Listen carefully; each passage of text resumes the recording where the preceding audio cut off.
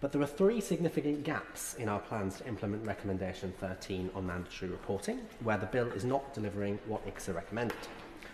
With these gaps, I am concerned that the duty to report will be ineffective in some of the settings where it is most needed, religious groups in particular, and I will use the example of the Jehovah's Witnesses, the religious group which I grew up in, to illustrate how and why. They have a deep cultural distrust of secular authorities, and that leads to a culture of dealing with everything internally, as happens in a lot of different religious groups, including child sexual abuse, and reporting nothing to the police.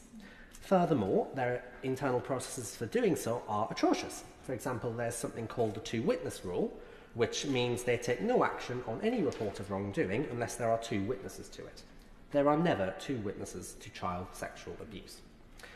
I give this context to highlight why the mandatory duty to report must be absolutely watertight, as ICSA recommended, to prevent people in leadership organisations, or in leadership of organisations like this, from avoiding it. So I'll come to the three gaps in turn. Firstly, there are no criminal sanctions if you don't comply with the duty.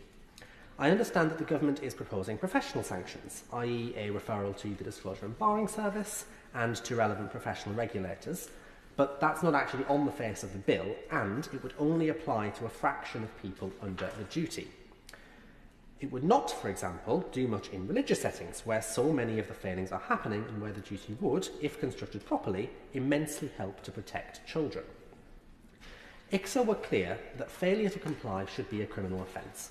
My Amendment 10 makes this the case and proposes a fine as the appropriate sanction, which is in line with best practice overseas.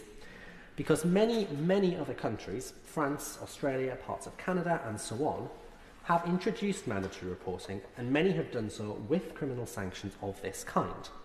And while the government will likely say that criminal sanctions could have a chilling effect that stops people going into professions that work with children, the international evidence clearly shows that this does not happen. In the Australian state of Victoria, for example, and Professor Ben Matthews has done some extensive research on mandatory reporting laws and their efficacy, which I thoroughly encourage the Minister to ask officials to examine. The second gap relates to who actually comes under the duty to report. ICSA recommended that it should apply to anyone working, firstly, in regulated activities with children under the Safeguarding and Vulnerable Groups Act 2006. The bill uses that criterion tick. But ICSA then also recommends that it should apply to anyone in a position of trust over a child as defined by the Sexual Offences Act 2003.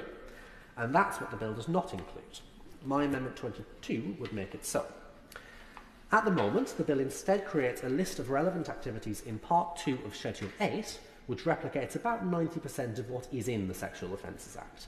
But that missing 10% is critical. It includes sports coaches and teachers, for a start, which our schedule does not. And to go back to my example, the Sexual Offences Act includes a very effective definition of religious leaders in Section 22A. We have put a definition of religious leaders into our schedule in this bill, but it requires them to have, and I quote, regular unsupervised contact with children to be subject to the duty. That will allow virtually any religious leader, be they paid clergy or a volunteer elder, like in the Jehovah's Witnesses, to escape the duty, as very few have regular unsupervised contact with children, despite being in a very significant position of power and influence. And I personally happen to know at least one person who actually was sexually abused as a child in that organisation. They went to speak to religious elders about it in the presence of their parents, and not unsupervised, and they were advised that to go to the police would mean bringing reproach on God's name. So no report was made, either by the victim, their family, or those religious elders. This is commonplace. And under the bill as currently drafted, there's no sanction for that. The elders aren't mandated reporters, and even if they were, the proposed offence under Clause 73 around stopping someone else from making a report, which I very much welcome for the record, only applies to other mandated reporters. So if someone pressures a victim, or their parents, for example, not to make a report, that won't be illegal. So that offence needs to be broadened too, and I know the NSPCC are calling for the government to consider a broader offence of concealing child sexual abuse, which I urge the government to give serious consideration to, and I may give some more detail on that later if there's time. Will you give way? I will give way. Cameron Thomas. I thank the honourable member for giving way. He's making very important points about, particularly about the Jehovah's Witness cult. And one of the methods that they use to ensure that issues like this don't escape from the organisation itself is the act of disfellowship, where an individual is threatened by being disfellowshipped all communication with their own family. And I wonder if he'll go a little further into recognising that too. Thank you. Sam Carling. I absolutely will, and I very much thank the Honourable Member for that intervention. I'm very pleased that other Honourable Members in the House are aware of that issue. It's something I am trying to do some work on separately. I think it's not... It is certainly relevant to what I'm discussing here. Just to give the House a little more context on that, what that essentially means is if that organisation decides that someone has committed a serious sin, it can essentially tell all of their family and friends to cut them off permanently. The same applies if they just choose to leave the religion. But very rarely is that applied to perpetrators of crimes, and more often to victims that report them. And it is an enormous problem that has to be dealt with, and I look forward to engaging with the Honourable Member further on that. So, the Australian Royal Commission, which investigated this organisation's handling of abuse cases, as I highlighted at second reading, found that allegations had been documented by religious elders against 1,006 individuals in Australia alone, and not a single one was reported to police. So we must tighten up this definition and make sure it includes religious leaders. The government could do that by amending our definition in item 17 of part 2 of schedule 4, and also adding a further item to the list in relation to sports professionals to deal with that point as well. But the much neater and stronger legislative solution would be to just do what ICSA said and refer to the Sexual Offences Act 2003 and the definition therein. And as I said, my Amendment 22 proposes to do this. The third problem relates to what actually triggers the duty to report. ICSA recommend that it should apply in 3 cases. 1. A mandated reporter is told by a child or perpetrator that abuse has taken place. 2. They see it happening. Or 3. They observe recognised indicators of child sexual abuse, which can range from something like a child that is pregnant or has a sexually transmitted infection to other more subjective indicators. Our bill scores 2 out of 3. It does not include the third point, recognised indicators, also referred to as reasonable suspicion. And overwhelmingly, children do not report abuse that is being done to them at the time it is happening. Those that do report tend to do so years after it happens and when it is far too late to protect them, and far too late in many cases to catch the perpetrator and stop them harming other children. And that Australian Royal Commission, again in 2015, found that the average time for someone to disclose child sexual abuse was 22 years after it happened. So including reasonable suspicion is critical here. And that is what my Amendment 11 does.